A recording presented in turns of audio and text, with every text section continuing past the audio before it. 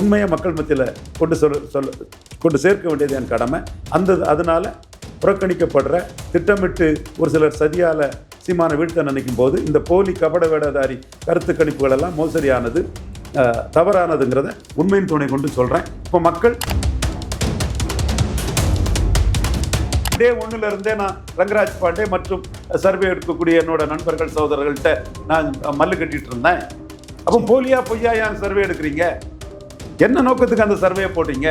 எல்லாம் சர்வேயவா நம்புவான். சீமானை பொறுத்தவுள்ள கருத்து கணிப்புகளை மீறி தான் அவர் மேலே வந்துட்டு இருக்கிறார். 4% தான் கருத்து கணிப்பு தினத்தந்தியில் அவர் கொடுத்தாங்க. அவர் 8% வந்தார்.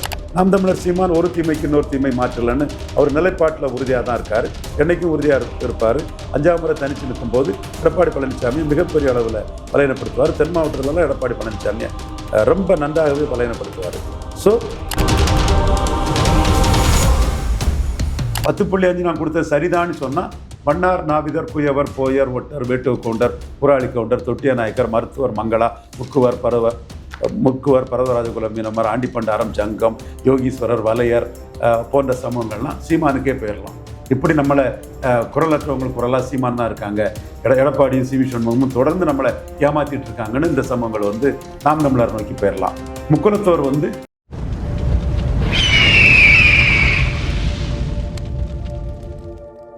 அரசியல் கருத நேயர்களுக்கு வணக்கம். இன்று நம்மோடு இணையும் சிறப்பு விருந்தினர் அரசியல் திறனாய்வாளர் திரு ரவீந்திரன் துரைசாமி அவர்கள். வணக்கம் சார்.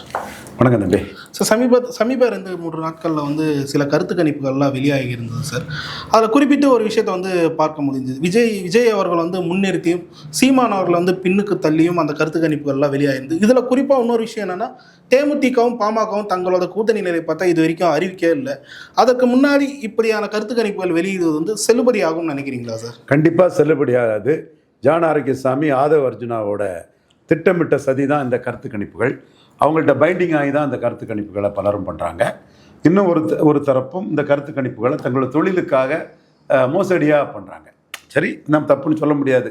இப்போ India Today mood of the nation ஒன்று பண்ணுறாங்கிற மாதிரி அவங்களும் பண்ணுறாங்க. அவங்களுக்கு தொழில் இருக்குது, அவங்களுக்கு அதில் வளர்ச்சி இதெல்லாம் இருக்குது இல்லையா? நம்ம யாரையும் இப்படி தான் பண்ணணும் அப்படி தான் பண்ணணும்னு யாரையும் சொல்லிட முடியாது. பட் நம்ம பார்வை அதில் வைக்கும்போது அதில் தவறு நடக்குதுங்கிறத மட்டும் நமக்கு சொல்ல முடியும். சீமானை பொறுத்தவுள்ள கருத்து கணிப்புகளை மீறி தான் அவர் மேலே வந்துட்டு இருக்கிறாரு. 4% தான் கருத்து கணிப்பு தினத்தந்தியில் அவர் கொடுத்தாங்க. அவர் 8% வந்தார். அதுவே பெரிய ஒரு அதிர்ச்சி தான் கருத்து கணிப்பாளர்களுக்கு. பட் 4% கொடுக்கும்போது சீமானுக்கு ஓட்டு வந்துடக்கூடாதுங்கிற ஒரு சதித்திட்டமும் அதுக்குள்ளே இருக்குது. தினத்தந்திக்குள்ளே சீமானுக்கு ஓட்டு வந்துடக்கூடாதுங்கிற ஒரு சதித்திட்டமும் தினத்தந்திக்குள்ளே அந்த சதி திட்டமும் இருக்குது. அதை மீறி தான் சீமான் 8% வாக்குகளை பெற்றிருக்கிறாரு. அதை இந்த தடவை தினத்தந்தி சர்வே பண்ண மாட்டாங்கன்னு நினைக்கிறேன். அவங்க கிரெடிபிலிட்டி போனதுனால சரி, அது அவங்க முடிவு. மற்றபடி கருத்து கணிப்பு பண்ணக்கூடியவங்க பாமகவையும் தேமுதிகவையும் அதிமுக கூட்டணியில் வச்சு பேசுகிறாங்க. ஆனால் அவங்க இன்னும் டிசைட் பண்ணலை. அதிமுக கூட்டணி இல்லைன்னே தேமுதிக அடிச்சுட்டாங்க. இது கருத்து கணிப்பு பண்ணக்கூடிய தம்பி ரங்கராஜ் பாண்டேனாலும் சரி, கருத்துக்களை பேசக்கூடிய இன்னொரு தம்பி சவுக்கு சங்கர்னாலும் சரி, சூப்பர் ஸ்டார் தம்பி சவுக்கு சங்கர்னாலும் சரி, என் தம்பிமாரு நல்லா ஸ்ட்ரெயின் பண்ணணும். வாழ்த்துக்கள், மனசார வாழ்த்துக்கிறேன் அந்த 2 தம்பியும். அந்த ஜாதி இந்த ஜாதியெல்லாம் எனக்கு எந்த ஜாதியும் கிடையாது. 2 பேருமே திறமசாலிங்க. ஒவ்வொருத்தர் ஒரு சைடில், இன்னொரு சைடில் திறமசாலி தம்பிங்க. பட் இதில் அந்த கருத்து கணிப்பு அவங்க போடும்போது கருத்து கணிப்பாளர்கள் அதில் என்ன பண்ணுறாங்கன்னா, தேமுதிகவை டேக்கன் ஃபார் கிராண்டட்னு எடப்பாடி அலைன்ஸ்லேயே வச்சிடுறாங்க. இது ரொம்ப தவறான ஒரு பார்வை. இன்றைக்கி நான் தெளிவாக அதை சொல்லிகிட்டே இருந்தேன். தேமுதிக அதிமுக அலைன்ஸில் போகாதுங்கிற நான் சொல்லிகிட்டே இருந்தேன். மோடி, அமித்ஷா, நட்டா, சந்தோஷ் கூட நான் சொல்லிட்டேன். நீங்கள் பாஜகவில் நம்ம அதிக சீட்டு வாங்கிடணும். ஏன்னா இவருக்கு சீட் கன்வெர்ட்டிங் கெப்பாசிட்டியும் ஓட் ட்ரான்ஸ்ஃபரிங் கெப்பாசிட்டியும் எடப்பாடி கிடையாது. அது ஈர்ப்பு சக்தி இல்லாதனால அவர் கண்ட்ரோலில் கிடையாது. அதனால அவரால் இன்னொரு கட்சியை ஜெயிக்க வைக்க முடியாது. அப்படி இருக்கும்போது நம்ம 20% உள்ளே வந்திருக்குதுன்னா இவர் ஜெயிக்க வச்சிருவார், இந்த சீட்டெல்லாம் எடுத்தால் ஜெயித்தரலான்னு சொன்னால் அது ஏமாந்துருவோம். அதனால் அதிக சீட்டு வாங்கி பெர்சன்டேஜ் ஆஃப் ஓட்டை காட்டுறது தான் மெயின். ஜெயிக்கிற சீட்டு ஜெயிக்கட்டுங்கிறது தான் நல்லதுங்கிறத அண்ணாமலை, ஆடிட்டர் குருமூர்த்தி, மோடி, நட்டா, சந்தோஷ், அமித்ஷா எல்லாருக்குமே நான் கருத்தை தெரிவிச்சிருக்கிறேன். நம்ம தெளிவாகவே அதை அவங்களுக்கு பதிய வச்சுருக்கிறேன். இங்கே தேமுதிக இதை பார்த்தோம்னா 2019 தேமுதிக அதிமுக கூட்டணியில் சேர்ந்தாங்க. ஒரு சீட்டும் ஜெயிக்கல. சில தொகுதிகளில் ஓட் ட்ரான்ஸ்ஃபர் ஆகாமல் தேமுதிக மோசமான ஓட்டை எடுத்தாங்க. திருச்சி, வடசென்னை போன்ற பகுதிகளெலாம் மோசமான ஓட்டை எடுத்தாங்க. அதுக்கு பிறகு சரி அதெல்லாம் மறப்போம், மன்னிப்போம். லேட்டஸ்ட்டாக 2024க்கு வருவோம். 24க்கு வந்து பார்த்தா கடலூரில் தேமுதிக எடுத்ததை விட சிதம்பரம், விழுப்புரம், கள்ளக்குறிச்சி, நாமக்கல், சேலத்துக்குள்ள அதிமுக 10%, 12% அதிகம் ஓட்டு எடுத்திருக்காங்க. அப்போ அதிமுக ஓட்டு தேமுதிகவுக்கு டிரான்ஸ்ஃபர் ஆகலை. எந்த ஓட்டு டிரான்ஸ்ஃபர் ஆகலை, ஏன் டிரான்ஸ்ஃபர் ஆகலை, இதுதான் இப்போ நம்ம பார்க்க வேண்டிய விஷயம். அதிமுக ஓட்டு டிரான்ஸ்ஃபர் ஆகலைன்னா எடப்பாடிக்கு விழுந்த 10.5க்காக விழுந்த வன்னியர் சமூக ஓட்டு டிரான்ஸ்ஃபர் ஆகலை. அதுதான் இங்கே மேட்ரு. எடப்பாடிக்கு சேலத்தில் 38%, சிதம்பரத்தில் 35%, விழுப்புரத்தில் 35%, கள்ளக்குறிச்சி, நாமக்கல்லாம் 40 கிட்ட விழுந்த அவருக்கு திருநெல்வேலியில் 8, கன்னியாகுமரியில் சீமானுக்கு கீழே 4, அதே மாதிரி ராமநாதபுரத்தில் 9, தேனியில் 13 டெபாசிட்ரிக்கே ததிகணத்தனம் போட்ட ஒரு பகுதியும், இன்னொரு பகுதியில் வன்னியர்கள் ஆதரவில் ஸ்டாலினை விட பெரிய தலைவராக ஐயா எடப்பாடி பழனிசாமி இருக்கிறார். இண்டிவிஜுவல் ஸ்டாலினை விட தருமபுரி, சேலம், விழுப்புரம், சிதம்பரம், கள்ளக்குறிச்சி, நாமக்கல்ல ஐயா எடப்பாடி பழனிசாமி ஸ்டாலினோட பெரிய தலைவர். கூட்டணி பலத்தில் தான் ஸ்டாலின் இந்த இடத்துக்குள்ள ஐயா எடப்பாடி பழனிசாமியை தோக்கடிக்க முடியும். தமிழகத்தில் ஸ்டாலினுக்கு இணை இல்லை. ஸ்டாலின் வர்சஸ் அதர்ஸ் தாங்கிறது நம்ம தெளிவாகிட்டே நம்ம சொல்லக்கூடிய ஒரு விஷயம்.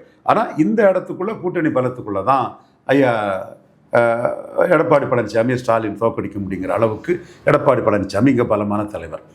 ஆனால் இந்த வாக்குகள் வன்னியர் ஆதரவில் வருது. 10.5 கொடுத்தாருங்கிறதுக்காக வருது. 2019ஆம் ஆண்டு 8000 ஓட்டு அவருக்கு வந்து பார்த்திபன் உதயசூரியனை விட இவருக்கு வன்னியர் கேண்டிடேட்டு எடப்பாடிக்குள்ள டவுன். இது டீப்பாக பார்த்தா தான் தெரியும். ஐயாவுக்கு தெரியும், எடப்பாடியாவும் இதை மனசுக்குள்ளே கரெக்டாக வச்சுருக்காரு. துல்லியமான ஆள், ராஜதந்திரி, கிரவுண்ட் ரோல் பொலிட்டிஷியன். ஐயா எக்ஸ்ட்ராடினரி திறமையானவர் தான். அதை நம்ம மறுத்து ஐயாவை குறை சொல்லி அதெல்லாம் மற்றவங்கள மாதிரி நான் பேச மாட்டேன். விஜய் மாதிரி ஒன்றும் தெரியாதவரெல்லாம் ஐயாவை நான் சொல்ல மாட்டேன். அப்போ அந்த எடப்பாடிக்குள்ள 10.5 கொடுத்தனால 93,000 ஓட்டு அதிகம் எடுத்து ஜெயித்தார். இப்போ 50,000 ஓட்டு இந்த மக்களவைத் தேர்தலில் எடப்பாடிக்குள்ள அவர் எடுத்திருக்கிறாரு. அப்போ தேமுதிகவுக்கு அந்த ஓட்டு ஏன் வரலன்னா, ஏற்கனவே தேமுதிகவுக்கு எடப்பாடியால் ஓட்டு டிரான்ஸ்ஃபர் பண்ணி கொடுக்கலங்கிறத 19ல் பார்த்தோம். 24ல் ஏன் வரலன்னா, 21ல் அவங்க 10.5 ஒரு ஜாதிக்கு கொடுத்த தவறுன்னு சொன்னாங்க. நானும் தவறுன்னு சொன்னேன்.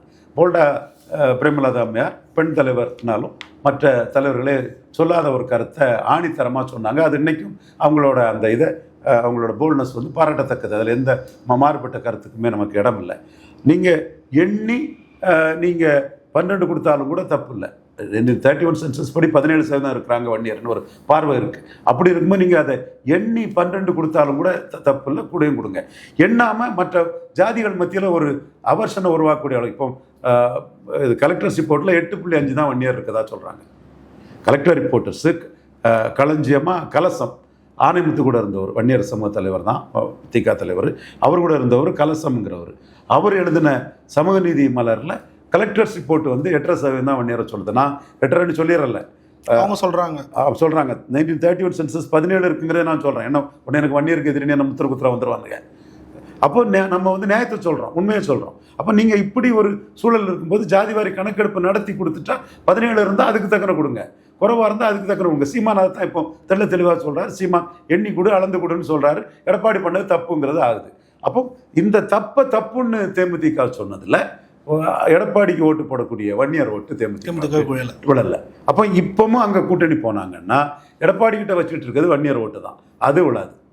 அடுத்தால பாஜக கூட அவங்க அசம்பிளியில் பார்லிமெண்ட்டில் நிற்கல, அசம்பிளிக்குள்ளே வராங்க. அந்த ஓட்டு எப்படி டிரான்ஸ்ஃபர் ஆகுங்கிறதும் ஒரு கேள்விக்குறியாக வரும். தென் கிறிஸ்டின் முஸ்லீம் ஓட்டு சம்பந்தமான உள்ள விஷயம். இதில் இந்த சைடு இவங்க நின்னாங்கன்னா கிறிஸ்டின் முஸ்லீம் ஓட்டு பாஜக எதிர்ப்பில் டிரான்ஸ்ஃபர் ஆகாது. அந்த கிறிஸ்டின் முஸ்லீம் ஓட்டு எதிரில் இருக்கக்கூடிய திமுக அணிக்கு தான் அதிகமாக விழும். அடுத்தால பாமக எடப்பாடி பழனிசாமி அணி வன்னியர் அணியினும் 10.5 கொடுத்தாருன்னும் பறையர் சமூகம் வந்து எந்த அளவுக்கு ஓட்டு போடுவாங்கன்னு கேள்விக்குறி. திருமாவளவங்கிறதுனால பறையர் சமூக ஓட்டும் எதிராக தான் டிரான்ஸ்ஃபர் ஆகும். அப்போ கிறிஸ்டின் முஸ்லீம்கிட்ட மெஜாரிட்டி கிடைக்காது, பறையர்கிட்ட மெஜாரிட்டி கிடைக்காது. வன்னியர்கிட்ட மெஜாரிட்டி கிடைக்கலன்னா பாமக போனாலும் பெரிய இம்பாக்ட் ஏற்படுத்த முடியாது. தேமுதிக இல்லை ஓகே புரியுது. வன்னியர்கிட்ட மெஜாரிட்டி கிடைக்கலன்னா பாமக எங்கே போனாலும் பாமக வன்னியர் ஓட்டு விழுவனி கேரண்டி கிடையாது. ஏன்னா ஆல்ரெடி விரோதம் இருக்கு. அப்போ இவங்க வந்து இங்க என்னன்னா ஜெயிக்கவே முடியாது. இப்பந்தான் அண்ணன் என்னடா தம்பி என்னடா நம்ம அரசியலில் தெளிவாக நிற்கணும்னு புரிஞ்சுக்கிட்டு ராஜ்சபா என்ன அது என்னன்னு ரொம்ப தெளிவாக போல்டாக பிரேமலதா அம்மையார் வந்து ஒரு முடிவு எடுத்திருக்கிறாங்க. அதில் எடப்பாடி நம்பகத்தன்மையற்றவர், அவர் நம்பி யாரும் போக முடியாது, முதுகுல குத்துறாரு வல்லவர்னு எடப்பாடியை நொறுக்கி தள்ளிட்டாங்க. அதுதான் இன்னைக்கு தேமுதிகவுக்கு லீடர்ஷிப்பு நிற்குது, பிரேமலதா அம்மையாருக்கு லீடர்ஷிப்பு நிற்குது. இவங்க எடப்பாடியை நம்பி இருந்தாங்கன்னா ஏமாத்திடுவார். 2021 ஏமாத்திட்டார்ல. கடைசியில் தினகரன் கூட போய் என்ன ஆட்சி 60 சீட்டு வாங்கிங்கிறது நமக்கு தெரியும். அதை நம்ம பெருசுப்படுத்த வேண்டியதில்லை. என்றாலும் அந்த அனுபவம் பிரேமலதா அம்மையார் தேமுதிக பொதுச் செயலாளருக்கு தெளிவாக இருக்குது. இப்போ அவங்க அனுபவம் படிப்பு நின்று ரொம்ப ஸ்ரூடு லீடர் ஆகிட்டாங்க, போல்ட் ஆகிட்டாங்க, கரெக்டாக கடுமையாக உழைச்சிட்டு இருக்காங்க. காசு கொடுக்காம அவங்களுக்கு கூட்டம் வருது. வரக்கூடிய கூட்டம்லாம் காசு கொடுக்காம வரக்கூடிய கூட்டம் தான். அதிமுகவுக்கும் அவங்க கான்ட்ரிபியூட் பண்ணாங்க. தூத்துக்குடியில் விளாத்திக்குளம் ஒட்டப்படாரம் கோயில்பட்டில் கான்ட்ரிபியூட் பண்ணுறாங்க. விருதுநகரில் அவங்க பெரிய பலமாக இருக்கிறாங்க. ராஜா தென்காசியில் கான்ட்ரிபியூட் பண்ணாப்புல. இன்னும் கிருஷ்ணசாமி மனச்சாட்சி இருந்தால் அவர் அதை சொல்லலை. அவர் எனக்கு தெரியும். நான் அந்த ஓட்டிங் பூத் வைஸ் நம்ம பார்த்து தான் சொல்கிறோம். தேமுதிக கான்ட்ரிபியூஷன் தான். 20% ஓட்டு கிருஷ்ணசாமி எடுத்தாருன்னா தேமுதிக இல்லைன்னா டெபாசிட் வந்திருக்காது, அவருக்கு கண்டிப்பாக வந்திருக்காது. அவர் சொல்லலை, அது அவர் விருப்பம். அவரும் கான்ட்ரிபியூட் பண்ணியிருப்பார், பட் அவர் அதை சொல்லலை. அவர் கான்ட்ரிபியூஷன் கூட விருந்தினரில் தேமுதிகவுக்கு இருந்திருக்கும். இந்த மாதிரி அவங்களோடது தேனிக்குள்ள கான்ட்ரிபியூஷன் கொஞ்சம் எடுத்தாலும் கூட அந்த பகுதிக்குள்ளே தான் 13% ஓட்டு வர்றதுக்கு தேமுதிக இல்லைன்னா சிங்கிள் டிஜிட் போயிருக்கும் தேனி அதிமுக. இங்கே விழுப்புரத்தில் திருக்கோயிலூர் உளுந்தூர்பேட்டையில் கான்ட்ரிபியூட் பண்ணியிருக்கிறாங்க. இப்படி அவங்க கான்ட்ரிபியூஷன் வந்து ஹெவியாக தமிழ்நாடு ஃபுல்லாக இருக்குது. தெலுங்கு தாய்மொழி மக்கள் மத்தியில் ஒரு அடையாளமாக இருக்காங்க. கேப்டனுக்கு சிம்பதி எல்லா ஜாதியிலும் இருக்குது. போயர், ஒட்டர், தொட்டிய நாயக்கர் போன்ற சமூகங்கள் மத்தியில் கேப்டனுக்கு வாக்கு பலம் இருக்குது. இந்த பலத்தெல்லாம் இவங்க எடப்பாடி கொடுத்து ஒரு 3-4% வாக்கை கான்ட்ரிபியூட் பண்ணினாலும் கூட எடப்பாடியால் இவங்களுக்கு வன்னியர் ஓட்டையோ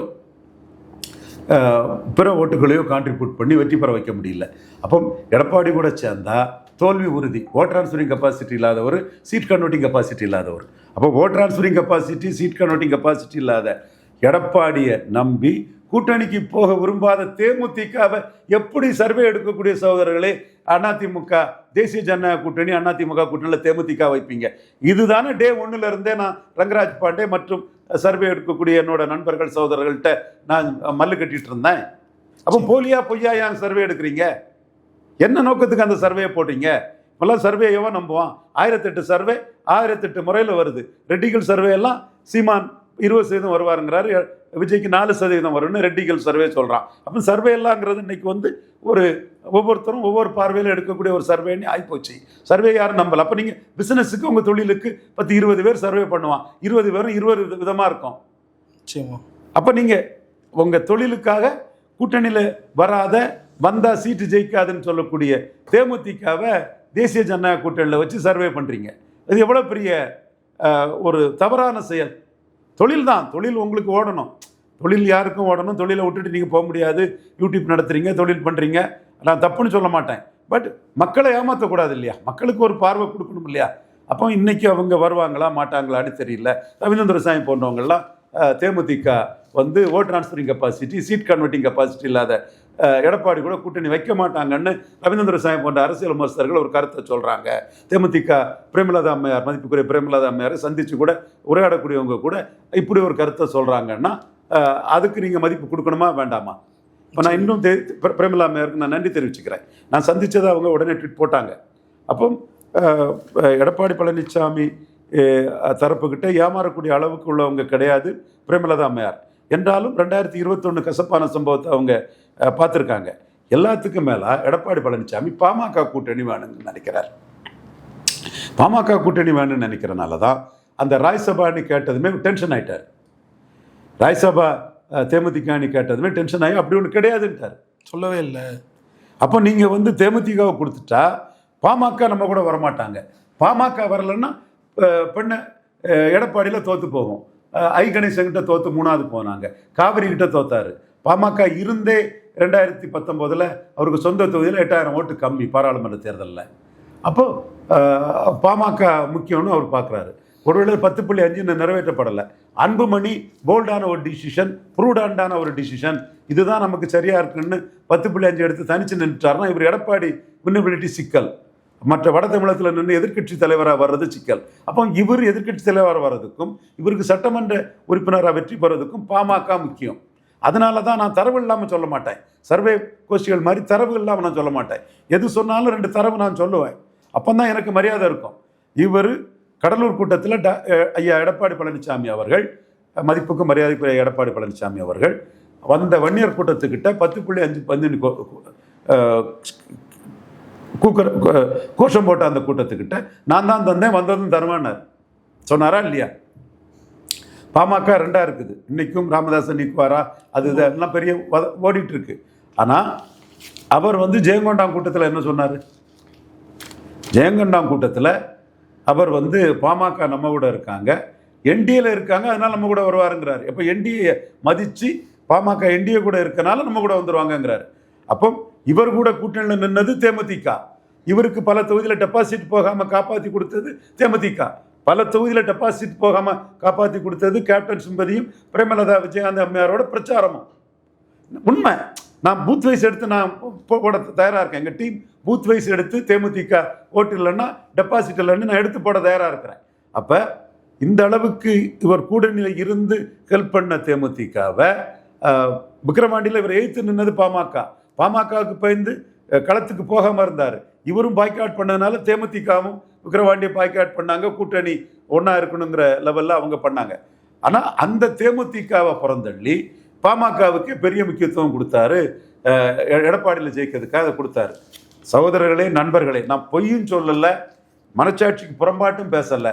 இதுதான் ஐயா எடப்பாடி பழனிசாமி, முன்னாள் முதல்வர், ராஜதந்திரி, கிரவுண்ட் ஹோல் பொலிட்டீஷியன், தெளிவாக ரஃப் அண்ட் டஃப் பார்கைனர், அவரோட நிலைப்பாடுன்னு அடித்து ஆணித்தரமாக சொல்கிறேன். என் தம்பிமார்கள் ரங்கராஜ் பாண்டேக்கும் சவுக்கு சங்கருக்கும் உண்மை நிலைமை இதுங்கிறத நான் சுட்டி காட்டி கூற விரும்புகிறேன். வலதுசாரி இடதுசாரி சகோதரர்களுக்கு சுட்டி காட்டி கூற விரும்புகிறேன். காரணம், அவரோட பேச்சில் செயலில் இருந்து அது தெரியுது. அப்போது யாருக்குமே அவரோட பர்சனல் பொலிட்டிக்ஸு எடப்பாடியில் வன்னியர் அடிச்சில் தோத்துட்டாருன்னா அரசியல் போச்சு இல்லை.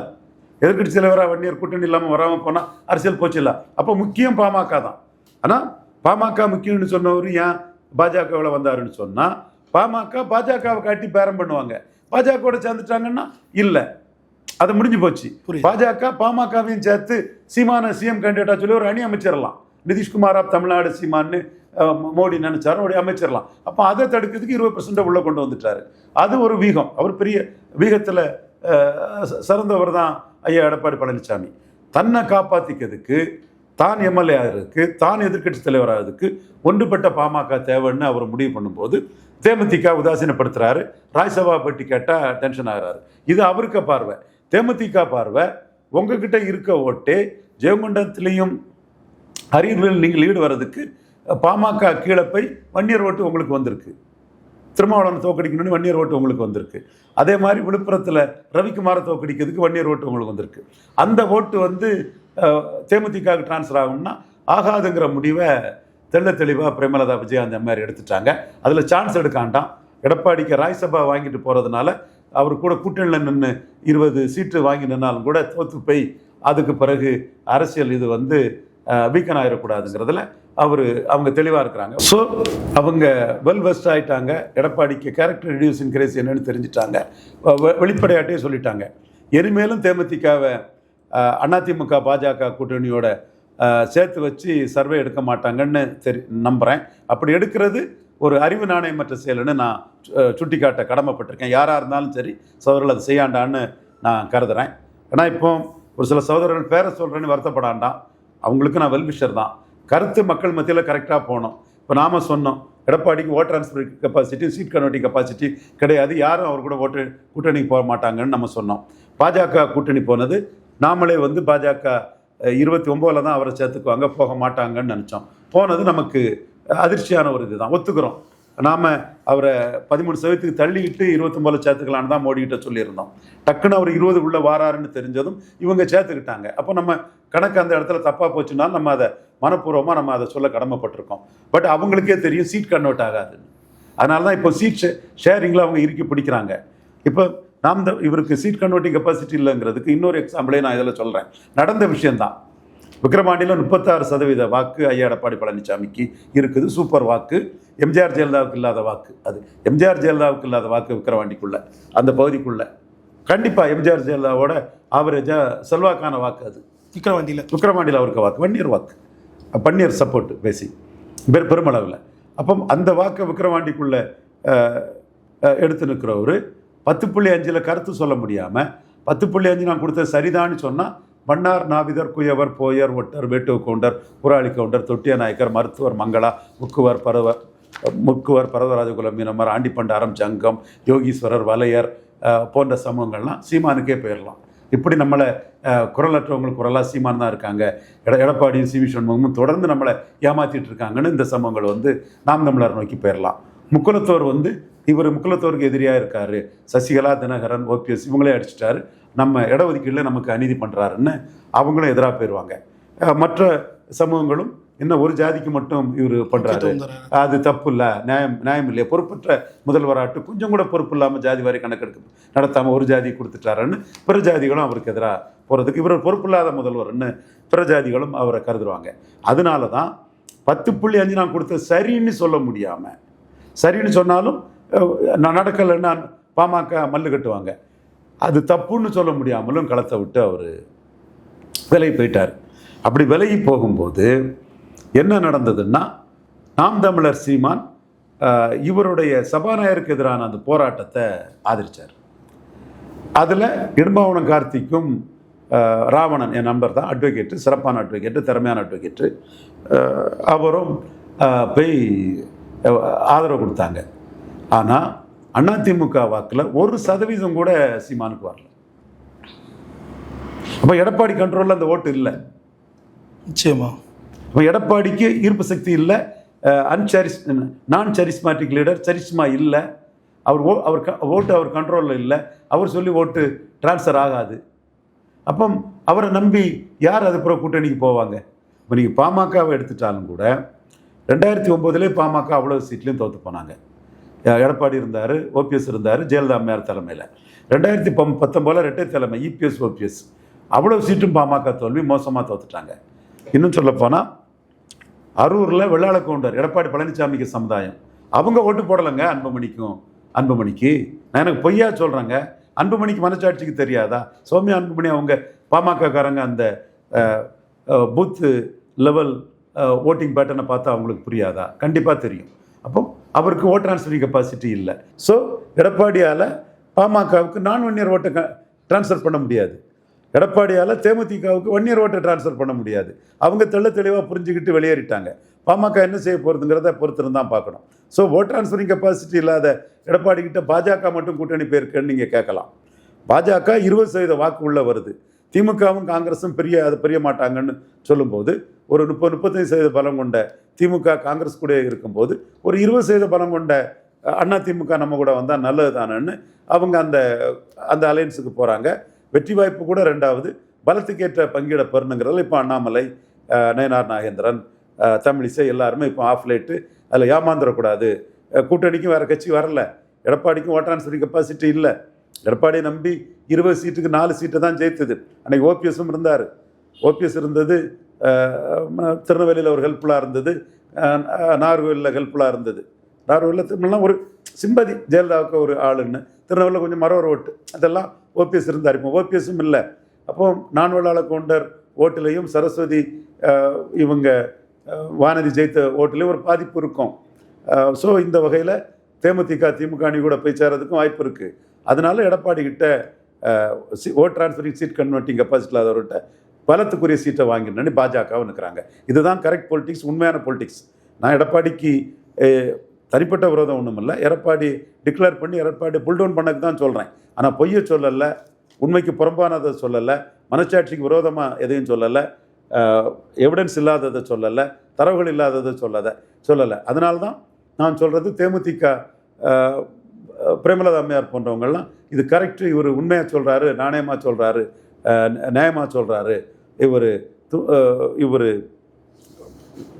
காலே ஸ்பேடஸ் ஸ்பேடுன்னு சொல்கிற மாதிரி 2+2 4ங்கிறத தெளிவாக சொல்கிறாரு, இவர் சொல்ல சரிதான்னா போன்றவங்கள்லாம் நம்ம கருத்துக்கு ஒரு மரியாதை கொடுக்குறாங்க. அதே மாதிரி அன்புமணியும் கொடுப்பாருன்னு எதிர்பார்க்குறேன்.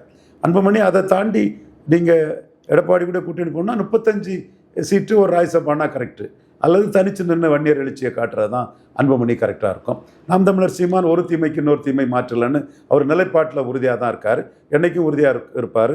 5ஆம் முறை தனிச்சு நிற்கும்போது எடப்பாடி பழனிசாமியை மிகப்பெரிய அளவில் பலவீனப்படுத்துவார். தென் மாவட்டத்திலலாம் எடப்பாடி பழனிசாமியை ரொம்ப நன்றாகவே பலவீனப்படுத்துவார். ஸோ யதார்த்த அரசியல் சூழ்நிலை இதுதான். நீங்கள் உள்நோக்கத்தோட அதை இருமுனை போட்டி நீ காட்டணும், நீ காட்டியும் பைப்போலர் நீ காட்டு காட்டி அறிவு நாணயமற்ற கருத்து கணிப்புகளை செய்கிறீங்க. அறிவு நாணயமற்ற கருத்து கணிப்புகளை மக்கள் உணர்வாங்க. அது சீமான் வளர்ச்சியை தடுக்கிறதுக்குள்ள ஒரு சதி திட்டமும் அதில் இருக்குது. சீமான் வளர்ச்சியை தடுக்கக்கூடிய சதி திட்டத்தில் சிலர் ஈடுபடுவாங்கன்னு சொல்லும்போது உண்மையை மக்கள் மத்தியில் கொண்டு சேர்க்க வேண்டியது என் கடமை. அதனால் புறக்கணிக்கப்படுற திட்டமிட்டு ஒரு சிலர் சதியால் சீமானை வீழ்த்த நினைக்கும் போது இந்த போலி கபட வேடதாரி கருத்து கணிப்புகள் எல்லாம் மோசடியானது, தவறானதுங்கிறத உண்மையின் துணை கொண்டு சொல்கிறேன். இப்போ மக்கள் ரவீந்திரன் துரைசாமி சொன்னதான் கரெக்டு, இவங்க கருத்து கணிப்பெல்லாம் போலி கபட வேடதாரன்னு புரிஞ்சுக்கிடுவாங்க. என் சகோதரர்கள்லாம் தம்பிமார் தான், ஆனால் போலி கபட வேடங்கிறத புரிஞ்சுக்குவாங்க. பிரேமலதா அம்மையார் முடிவு அதை தெளிவாக காட்டுது. அன்புமணியின் முடிவுக்கு எதிர்பார்த்துருக்கிறோம், பொறுத்திருந்து பார்ப்போம். பல்லர்கள் தெளிவாக நன்றி.